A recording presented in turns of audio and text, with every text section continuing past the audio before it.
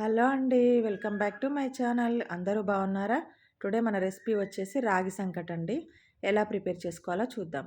ముందుగా ఒక గిన్నెలో ఒక గ్లాస్ రాగి పిండి తీసుకోవాలి.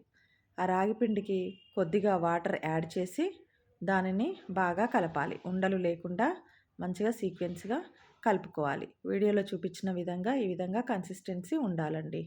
నెక్స్ట్ ఎమ్మటే స్టవ్ ఆన్ చేసి ఒక బౌల్ పెట్టుకొని అందులో మనం ఒక గ్లాసు రాగిపిండి తీసుకున్నాం కదా, 2 గ్లాస్ వాటర్ పోసుకొని అందులో కొద్దిగా సాల్టు, టేస్ట్కి తగ్గట్టుగా సాల్టు, కొద్దిగా నెయ్యి వేసుకోవాలి.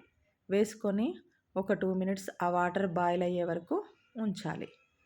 ఆ విధంగా ఈ రాగి సంకటి అనేది చాలామంది రైస్తో కూడా చేస్తారండి. కానీ మనం రైస్ అవాయిడ్ చేస్తున్నాం కాబట్టి నేను మామూలుగా ఇలా చూపించాను. వాటర్ బాయిల్ అయింది చూడండి.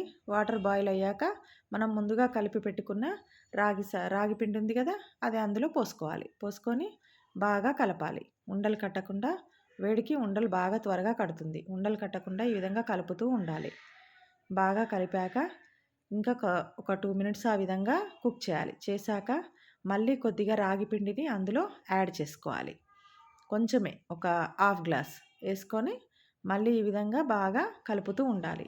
మనం ఊరికే కలుపుతూ ఉండాలండి, లేకపోతే ఉండలుండలుగా కడుతుంది, అడుగంటుతుంది. ఈ విధంగా కలుపుకుంటే మనకు రాగి సంకటి రెడీ అయిపోతుందండి. చాలా చక్కగా వచ్చేసింది చూసారా రాగి సంకటి. దీనిని మనం ఇందులో కొద్దిగా నెయ్యి వేసుకొని మనం రసం వేసుకొని తింటే ఆ టేస్ట్ చాలా బాగుంటుందండి. రసం కాకుండా మనం కర్డ్లో కూడా తినొచ్చు. చికెన్ పులుసు, మటన్ పులుసు, ఆ విధంగా అన్ని రకాల వాటితోనే తినొచ్చు. ఎంతో టేస్టీగా ఉంటుంది. సో మీరు కూడా ఒకసారి ట్రై చేసి ఎలా వచ్చిందో కామెంట్ సెక్షన్లో చెప్పండి. Like, share and subscribe.